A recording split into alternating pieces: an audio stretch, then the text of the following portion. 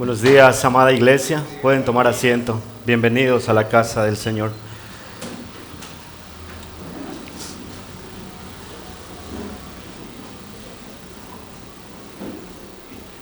Yo les ruego me acompañen a la primera epístola del apóstol Pablo a Timoteo, el capítulo 1, versos 18 al 20. Primera epístola de Pablo a Timoteo, capítulo 1, versículos 18 al 20.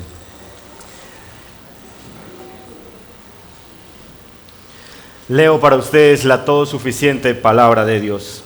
Este mandamiento, hijo Timoteo, te encargo para que conforme a las profecías que se hicieron antes en cuanto a ti, milites por ellas la buena milicia, manteniendo la fe y buena conciencia, desechando la cual naufragaron en cuanto a la fe algunos, de los cuales son Himeneo y Alejandro, a quienes entregué a Satanás para que aprendan a no blasfemar. Acompáñenme en una oración, por favor.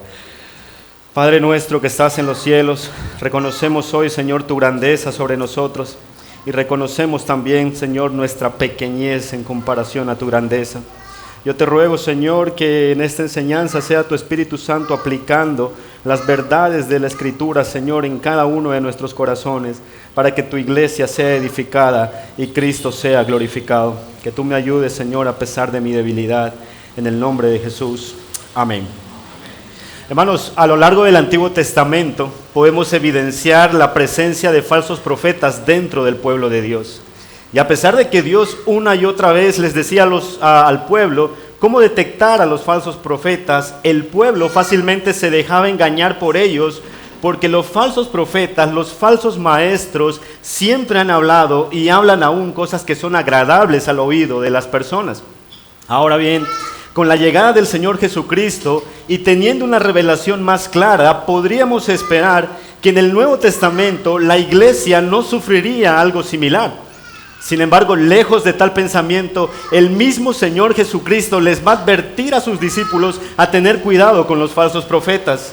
En el Sermón del Monte, en Mateo capítulo 7, versículo 15, el Señor Jesucristo les va a decir: cuidado con los falsos profetas, porque ellos vienen a vosotros vestidos de ovejas, pero que por dentro son lobos rapaces. De hecho, el mismo apóstol Pablo les va a encomendar lo mismo a los ancianos de Éfeso, allá en Hechos capítulo 20, versículo 29. Pablo les va a decir: porque yo sé que después de mi partida entrarán en medio de vosotros lobos rapaces que no perdonarán al rebaño.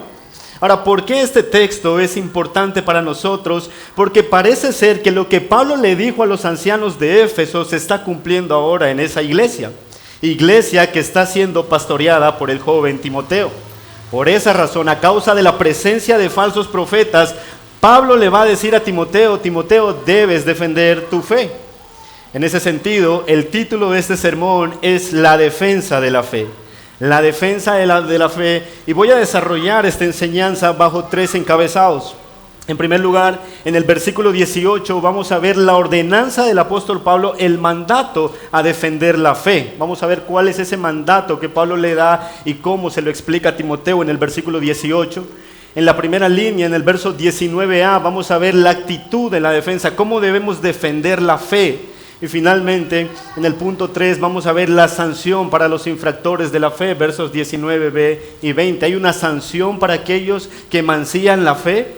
Bueno, vamos a ver que el apóstol Pablo nos muestra que sí hay una sanción para ellos. Empecemos a desarrollar el primer encabezado, el mandato a defender la fe. Lean conmigo nuevamente el verso 18, por favor. Este mandamiento, hijo Timoteo, te encargo para que conforme a las profecías que se hicieron antes en cuanto a ti, milites por ellas la buena milicia. La unidad de pensamiento, hermanos, comienza con el mandamiento que el apóstol Pablo le encarga a Timoteo. Este mandamiento, dice la Escritura: oh hijo Timoteo, te encomiendo. Pregunta: ¿cuál es el mandamiento que el apóstol Pablo le encomienda a Timoteo? Bueno, para encontrar una respuesta debemos retroceder a los primeros versículos del mismo capítulo. Y vayan conmigo, por favor, al versículo 3. Ahí nos vamos a dar cuenta cuál es el mandamiento que el apóstol Pablo le va a encomendar a Timoteo. Miren lo que dice el versículo 3 del mismo capítulo 1. Como te rogué que te quedases en Éfeso cuando fui a Macedonia, he aquí el mandamiento, para que mandases a algunos que no enseñen diferente doctrina.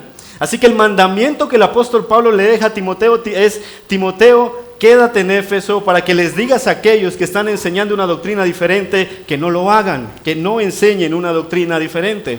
Pregunta: ¿cuál era la doctrina diferente que estaban enseñando estas personas en Éfeso?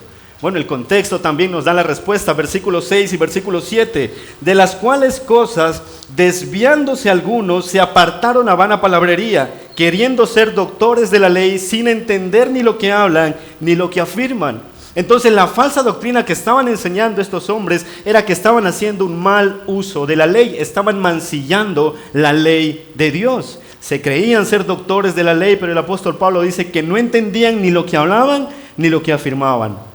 Por eso Pablo le dice a Timoteo que se quede en Éfeso para exhortar a este tipo de personas. Pablo le dice: Timoteo, defiende tu fe. Timoteo, defiende tu fe.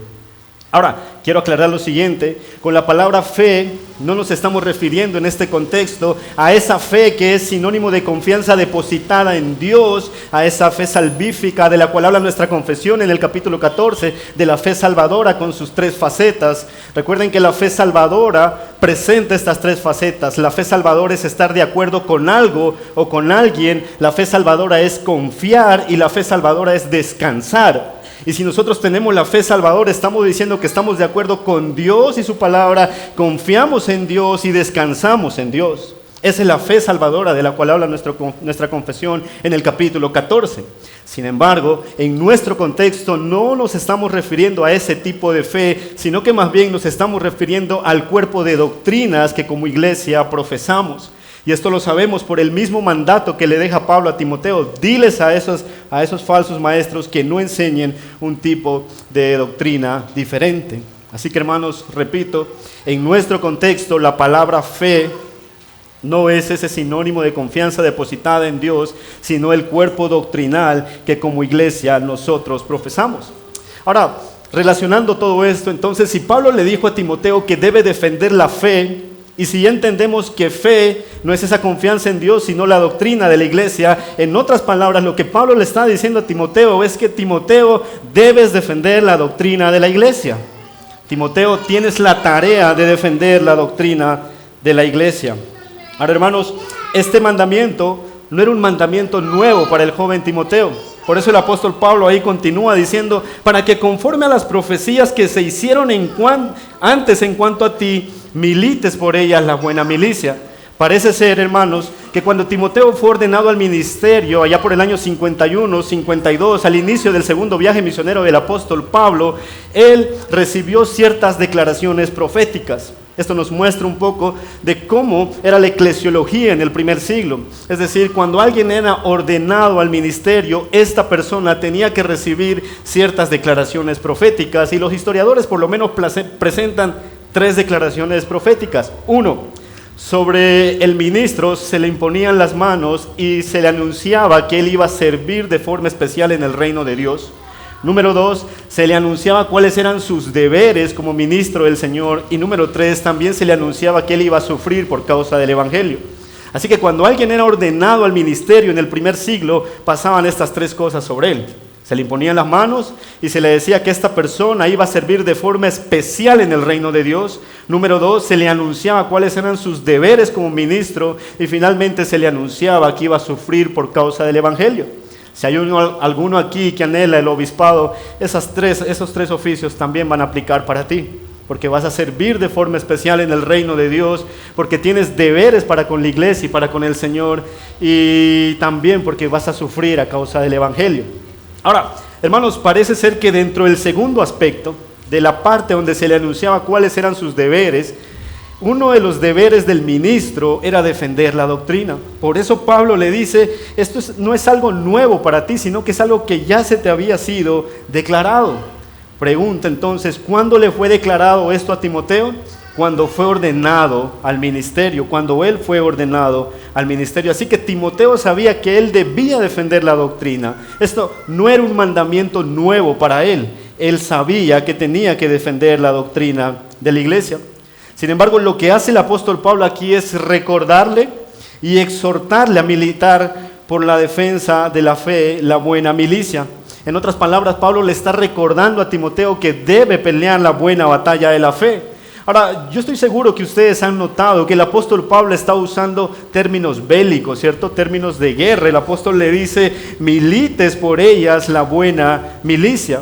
En otras palabras, lo que Pablo le está diciendo a Timoteo es que así como un soldado se prepara para ir a la guerra y defender la nación entregando su propia vida, el soldado de Cristo debe ser consciente de ello, debe prepararse y entregar su vida, así sea por la doctrina de la iglesia.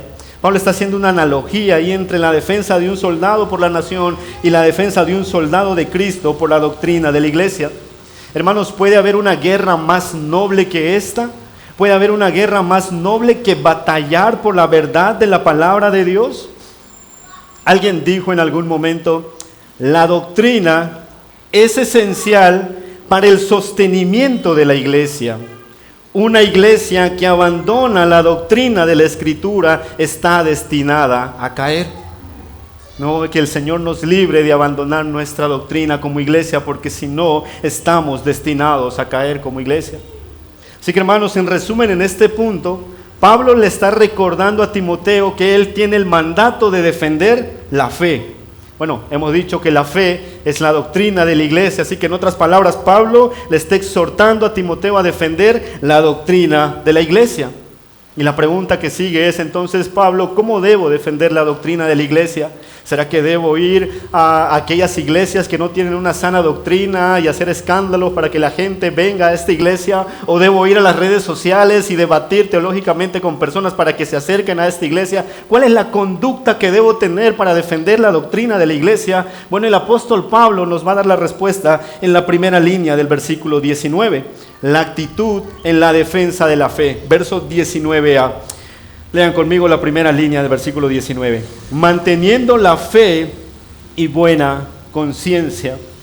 El apóstol Pablo entonces le dice a Timoteo, defiende la doctrina, manteniendo la fe y la buena conciencia. Hay dos aspectos importantes aquí, los cuales, hermanos, son interdependientes. Por un lado, la fe, y por el otro lado, la buena conciencia. La fe, como acabamos de anunciar, es la verdad de Dios revelada en su palabra, la doctrina. Y la buena conciencia, hermanos, no es otra cosa que el resultado de una vida santa. Si tú llevas adelante una vida pura, si tú llevas adelante una vida recta, el resultado no será otra cosa que tener una buena conciencia. Por eso dicen por ahí que el premio de la obediencia es la misma obediencia. Así que el apóstol Pablo le dice a Timoteo, estos dos componentes son necesarios para poder defender la doctrina de la iglesia. Pureza doctrinal y pureza de vida. Pureza doctrinal y pureza de vida son los elementos trascendentales para poder defender la doctrina de la iglesia. Esto nos da a entender, queridos hermanos, que hay un vínculo inseparable entre verdad y moralidad, entre creencia correcta y conducta correcta. Esto tiene que ser así, porque de lo contrario, ¿cómo Timoteo puede intentar defender siquiera una fe, una doctrina que dice creer con sus labios, pero que la niega con sus obras? O aplicándolo para nosotros, ¿cómo podemos defender una doctrina? ¿Cómo podemos sentirnos tan ansiosos de tener una sana doctrina, pero que la negamos con nuestras obras, con nuestra práctica? Para poder defender nuestra fe, hermanos, es necesario tener un conocimiento correcto de Dios y tener una vida correcta delante de Dios. Esa es la actitud. Esa es la actitud que el apóstol Pablo nos muestra en este pasaje. El apóstol Santiago, de forma similar, dice lo mismo en su epístola, en el capítulo 1, versículo 22. Él dice, sed hacedores de la palabra y no tan solamente oidores. Y noten la razón que Santiago da para exhortar a estos hermanos. Él dice, si ustedes son oidores, ¿sí? Si ustedes se llenan de conocimiento y muestran una aparente piedad en la iglesia y con sus hermanos, no le están engañando a los hermanos de la iglesia, no le están engañando al pastor, no le están engañando ni siquiera a Dios, se están engañando a ustedes mismos. Si es una iglesia abarrotada de conocimiento, si es una iglesia que está inundada de la sana doctrina, pero que solo es eso, sana y doctrina y no más, se están engañando a vosotros mismos. Esa no es la actitud para defender la doctrina de la iglesia. De esa actitud Pablo quiere salvaguardar a Timoteo y por eso le dice, mantén la fe, doctrina correcta y la buena conciencia, práctica correcta. Entonces, hermanos, la actitud que debe tener Timoteo en la defensa por la fe no es otra cosa que llevar adelante una vida coherente. La vida cristiana es una vida coherente entre lo que dice creer y entre lo que hace. Esa es la correcta actitud para poder defender la doctrina de la iglesia. No es suficiente con proclamar el evangelio, con proclamar la fe todos los días, sino que debemos vivir esa fe todos los días. De lo contrario, estaríamos actuando con hipocresía y para el ministro la hipocresía es un pecado letal. Charles Spurgeon, el príncipe de los predicadores, hablando del ministro hipócrita, dijo alguna vez lo siguiente: un pastor hipócrita es un predicador tan bueno, pero tan bueno, que no debería bajarse nunca del púlpito. Pero es a la vez un mal cristiano, pero tan mal cristiano que nunca debería subirse a un púlpito. Esa es una persona hipócrita. Pablo no quiere que Timoteo caiga en la hipocresía y por esa razón le recuerda la importancia de tener pureza doctrinal y pureza de vida para poder defender la doctrina de la iglesia. Así que, hermanos, en nuestros dos primeros puntos estamos viendo el mandato que el apóstol Pablo le deja a Timoteo, defender la doctrina. ¿Cómo debe defender la doctrina? Bueno, teniendo un conocimiento correcto de las Escrituras, pero también aplicando ese conocimiento a su diario vivir. Esa es la forma correcta de defender la doctrina de la iglesia. Ahora, ¿qué pasa con aquellos que en lugar de defender la doctrina de la iglesia, en lugar de defender la fe de la iglesia, la mancillan, la corrompen? Bueno, va a haber una sanción para ellos, dice el apóstol Pablo, y eso nos conduce a nuestro tercer encabezado, la sanción para los infractores de la fe, versículos 19 y 20. Versículo 19, parte B, desechando la cual naufragaron en cuanto a la fe algunos, de los cuales son Himeneo y Alejandro, a quienes entregué a Satanás para que aprendan a no blasfemar. Hermanos, como ya hemos visto entonces, la actitud correcta en la defensa de la fe es tener ortodoxia, doctrina correcta, y ortopraxis, práctica correcta.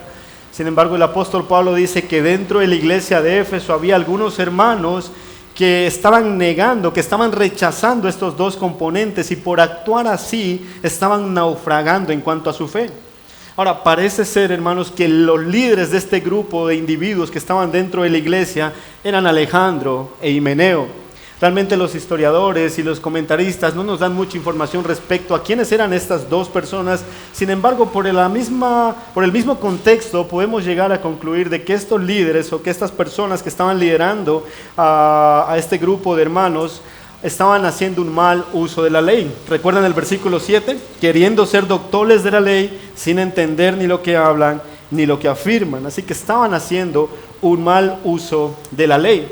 Ahora, más allá de importarnos más detalles acerca de estas dos personas, lo que sí debe llamarnos la atención es la consecuencia que ellos reciben por su actuar desordenado.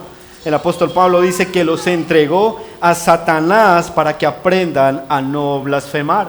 Ahora, ¿qué quiere decir la expresión entregar a Satanás? Bueno, no es algo literal, ¿cierto? No es algo como que el apóstol Pablo se sentó con Satanás y le dijo: mira, Satanás, hay dos personas que se están portando mal, te los voy a entregar en tus manos. No es algo literal, sino que el apóstol Pablo quiere dar a entender con esa expresión que estos hermanos fueron excomulgados de la iglesia, fueron expulsados de la iglesia. Cuando un hermano es expulsado de la iglesia, pierde la protección divina que tiene al ser parte del cuerpo de Cristo y queda a merced de los ataques del enemigo.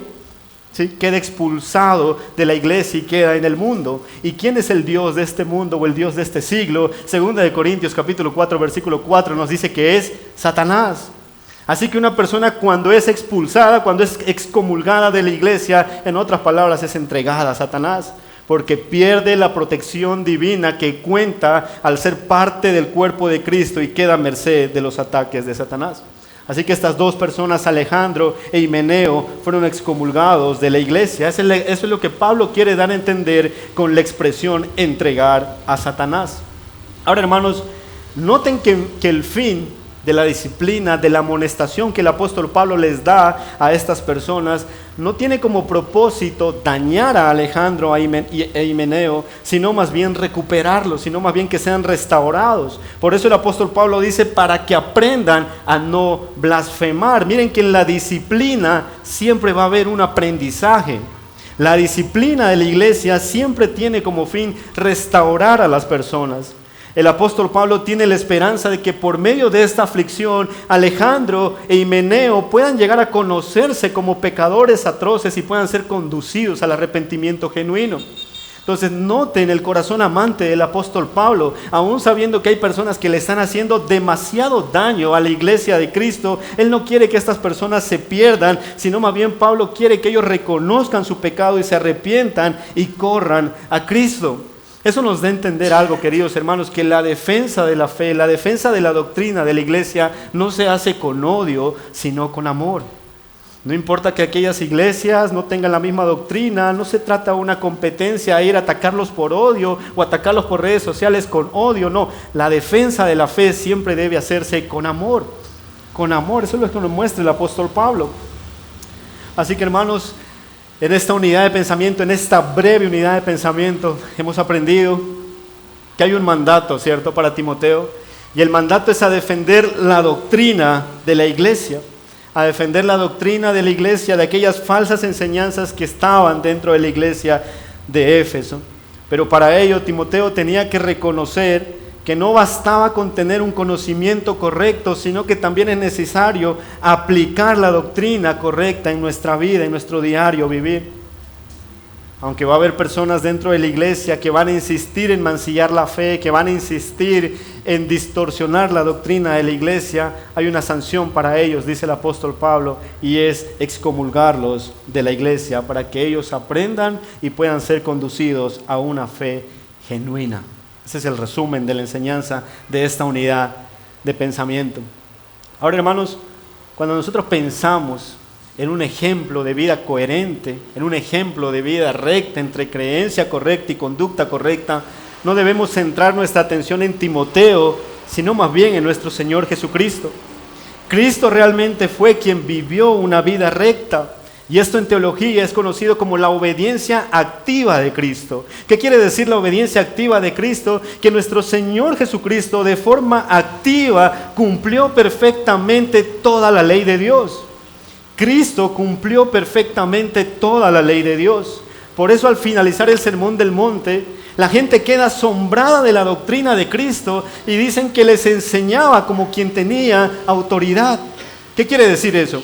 Que Cristo no solamente les enseñaba la doctrina correcta como lo podían hacer los fariseos, sino que Cristo también vivía la doctrina correcta. Tenía autoridad Cristo porque no solo enseñaba lo correcto, sino que vivía de forma correcta. Así que nuestro mayor ejemplo de llevar adelante una vida coherente entre fe y actitud es nuestro Señor Jesucristo. Él es nuestro mayor ejemplo. Sin embargo, hermanos, la rectitud de Cristo no solo nos sirve como ejemplo para nosotros, sino que es la base de nuestra justificación. Nuestras imperfecciones fueron borradas por su perfección. Cristo, amados hermanos, con su rectitud ha logrado que nosotros hoy nos podamos presentar delante de Dios y ser declarados justos. La rectitud de Cristo, hermano, tiene connotaciones teológicas profundas para nuestra vida. El puritano Thomas Watson, en algún sermón, escribió lo siguiente: la rectitud de Cristo es nuestra única esperanza, pues si dependiera de nuestra propia rectitud, estaríamos perdidos. Su obediencia perfecta es la que nos justifica ante el Padre. La rectitud de Cristo no solo nos sirve como ejemplo que imitar, sino también es la base de nuestra justificación. Podemos estar seguros de que Dios nos escucha, de que nos vamos a presentar ante el trono celestial cuando partamos de esta tierra solo porque Cristo fue correcto y recto y cumplió perfectamente la ley de Dios. Hermanos, quiero terminar con unas cuantas aplicaciones. Y hemos aprendido esta mañana que la defensa de la doctrina de la iglesia conlleva dos cosas, ¿verdad? Preparación doctrinal y piedad. Preparación doctrinal y piedad.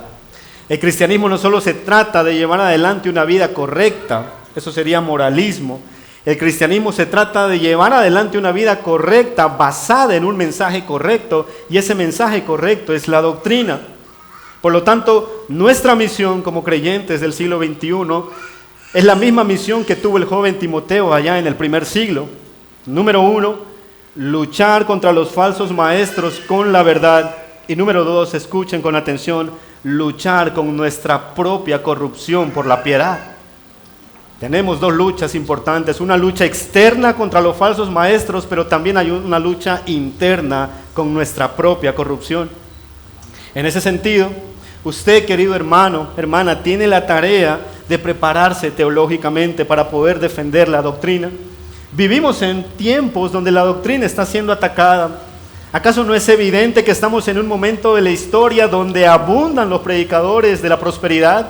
Donde están teólogos liberales inmiscuidos dentro de la iglesia, distorsionando la imagen de Dios, del Salvador, de la fe y de la iglesia. Claro que sí. Por esa razón, hermanos, necesitamos que los miembros de las iglesias sean miembros preparados, que tengan el conocimiento correcto. Y no estoy hablando de inscribirse a seminarios, sino estoy hablando de participar en las actividades de la iglesia, el culto de oración, la confesión de fe, la escuela bíblica y los cultos dominicales. Es ahí donde ustedes se van a preparar teológicamente. Alguien dijo, un capitán puede hacer que sus soldados pierdan la guerra si no les provee la información necesaria para pelear. Repito, un capitán puede hacer que sus soldados pierdan la batalla si no les provee la información necesaria para pelear. Si nosotros vamos a pelear la defensa de la fe, necesitamos la información correcta para hacerlo. Y hermanos, les tengo una buena noticia. Nuestro capitán ya nos ha provisto de la información necesaria, la información importante y autoritaria en asuntos de fe y práctica. Nuestro capitán ya nos ha provisto la palabra. Es ella, hermanos, la que nos va a ayudar a defender la fe. Por esa razón, tenemos el mandato, hermanos, de leer las Escrituras todos los días, de meditar las Escrituras, de memorizar las Escrituras y de orar las Escrituras. Eso, hermanos, esa actitud nos ayudará a defender la doctrina de la iglesia en contra de las falsas enseñanzas. Por otro lado, también tenemos la tarea de luchar con nuestra propia corrupción. Tenemos la tarea de buscar la piedad para tener una buena conciencia y llevar adelante una vida pura. Hermanos, recuerden, la doctrina se defiende con conocimiento, pero también con hechos.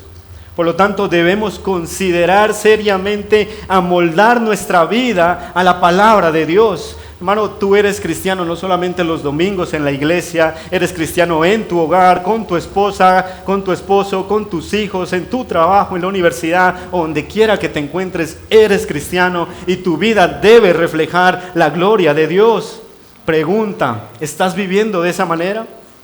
¿Estás viviendo reflejando la gloria de Dios? ¿O realmente en tu trabajo te conocen como alguien que eres impuntual, que no llega a tiempo, que mete problema por todo? ¿O los vecinos te conocen como una persona que realmente no es dadivosa, no es caritativa? ¿Estás reflejando la gloria de Dios en todos los sentidos de tu vida? Tu esposa puede dar testimonio de que como líder estás dirigiendo los cultos familiares. Tu esposa puede dar testimonio de ello. Tus hijos pueden verte como un líder que refleja a Cristo. Debemos reflejar la gloria de Dios en cada área de nuestra vida. Debemos luchar con nuestra propia corrupción. Eso nos cuesta, hermanos, porque aún estamos en esta naturaleza, pero eso es un progreso. Pero debemos intentarlo, debemos amoldar nuestra vida a las Escrituras. Debemos hacerlo y que el Señor nos ayude en eso a través de su Santo Espíritu. Finalmente, hermanos, quiero dirigirme a aquellos que nos visitan por primera vez o a aquellos que no tienen convicciones doctrinales claras o establecidas. A ti, querido amigo, quiero decirte que aunque no estés de acuerdo con la doctrina de la iglesia tarde o temprano se cumplirá en tu vida. Si tú no estás de acuerdo con el mensaje de las Escrituras, si tú no estás de acuerdo con el Evangelio de Cristo, y si no lo estás practicando por no estar de acuerdo con el Evangelio, tu destino no será otro que el castigo eterno. Por lo cual, querido amigo, quiero llamarte esta mañana en base a la palabra que hemos explicado hoy, al arrepentimiento. Que puedas arrepentirte de tus pecados, que puedas confesar tus pecados, que puedas apartarte de la borrachera, que puedas apartarte de la mentira, que puedas apartarte de la inmoralidad y que puedas correr a Cristo, porque solo Él te dará descanso y solo Él te perdonará, porque recuerda, Él vivió una vida que tú no podías vivir y Él murió por ti. Querido amigo, arrepiéntete y corre a Cristo, porque solo en Él encontrarás descanso para tu alma. Vamos a orar. Nuestro buen Padre Celestial, te damos la gloria, Señor, porque tú nos has redarguido de pecado esta mañana. Tú nos has exhortado, Señor. Tú nos has mostrado, Señor, que aún somos débiles al momento de defender la fe. Podemos tener, Señor, una doctrina correcta, pero muchas veces, Padre, nos falta aplicar esa doctrina en nuestra vida diaria. Que tú a través de tu palabra hoy, Señor, y a través de tu Santo Espíritu estés aplicando esta enseñanza a lo largo de esta semana para que podamos, Señor, ser confrontados por tu verdad y que podamos crecer en santidad. Que tú, oh Dios, seas glorificado en nuestras vidas, en las diferentes áreas y facetas que desarrollamos. Que tú, Señor, seas glorificado en nuestras familias, en nuestros trabajos, porque tú, Señor, eres quien nos ha rescatado, quien nos ha liberado de la esclavitud del pecado. Y hoy nosotros nos rendimos hacia ti y queremos vivir, Señor, una vida no conforme a nuestros preceptos, sino conforme al mandato de las Escrituras. Señor, ayúdanos porque somos débiles. Ayúdanos a seguir estudiando tu palabra aun cuando no tengamos ganas. Ayúdanos a seguir meditando en ella, pero también, Señor, ayúdanos a aplicarla, a vivir conforme a las Escrituras cada día de nuestras vidas, que realmente con nuestras vidas podamos reflejarte, Padre. Te agradecemos en el nombre de Jesús. Amén.